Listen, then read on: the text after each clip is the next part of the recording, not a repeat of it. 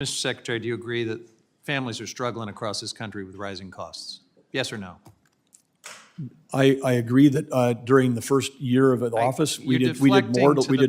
This administration did more to lower costs than any other. Maybe you wouldn't know, Mr. Secretary, whether they're struggling. I mean, you're in a different economic strata, but I think most of us understand there's a struggle out there because of this administration's economic and energy policies. And while you are slashing just about every other part of the Department of Interior's budget, including for national parks, you have spent a lot of the department's time, resources, and taxpayer dollars to serve Donald Trump's vanity. You put his face on national park passes. You're helping him build a $1 billion ballroom. You're letting him paint the reflecting pool blue on a no-bid contract. You're building a 250-foot arch to Trump that will overshadow our veterans' final resting place. And Mr. Secretary, it's hard to understand how these projects to stroke Trump's ego do anything for the American people with their day-to-day struggles to afford daily life. And the ballooning costs of these tributes to Donald Trump really speak to the lack of fiscal responsibility in this budget, not to what you said in your testimony that this is all about fiscal responsibility. So can you just confirm, with this arch specifically, who is this arch for? Who's it being built for? I think you're probably aware that there's been no final agency action around building something on a site. That was not my question about technicality on final agency action. Who's it being built for? It's not a technicality. This is my question, Mr. Secretary. I'm sorry, that's the way it works. Who is the arch being built for? The frame of your question is that there has been a approved proposal and something is actually being built. Now, let's forget about final agency action and other legalese. There is a proposal to build this arch. Who is it for? There's a discussion about it. I wouldn't say there's not a proposal. Who is it for?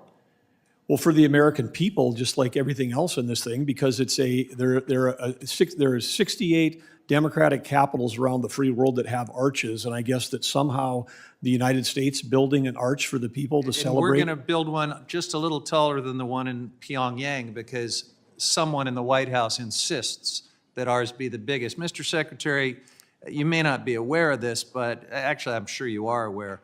Donald Trump was asked this question specifically on the record, and he said this arch is for him. He said his answer was me. We can enter that into the record by unanimous consent if you'd like, but I'm pretty sure you're aware of that.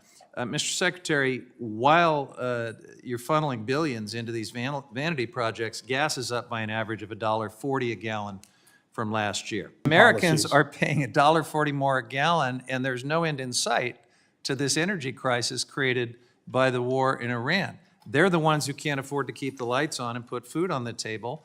But the we that's making a lot more money are, let's be honest about it, it's the big oil billionaires.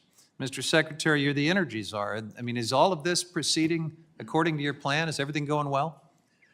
The fact that we've displaced 2/3 of the Russian gas in Western Europe, the fact that we've shut down Iranian exports and Venezuelan exports, which were creating record cheap oil for our adversaries around the world. You're feeling pretty good about our trajectory right now. I feel like that this president has changed the geopolitical structure of the energy wing, which has determined almost all conflicts for the last 47 years, has shifted from the Middle East to the Western Hemisphere.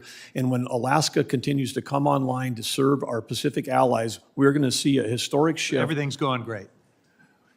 What has been accomplished in the last 15 months to reshift the geopolitical alignment of energy production towards reliable, affordable, and secure energy of those countries, nothing short of remarkable. And this is a temporary, not a long-term thing. We're on a path towards affordability, reliability, and security. I'm going to take that as a yes, that you believe everything's going great. Thank you, Mr. Secretary. I yield back.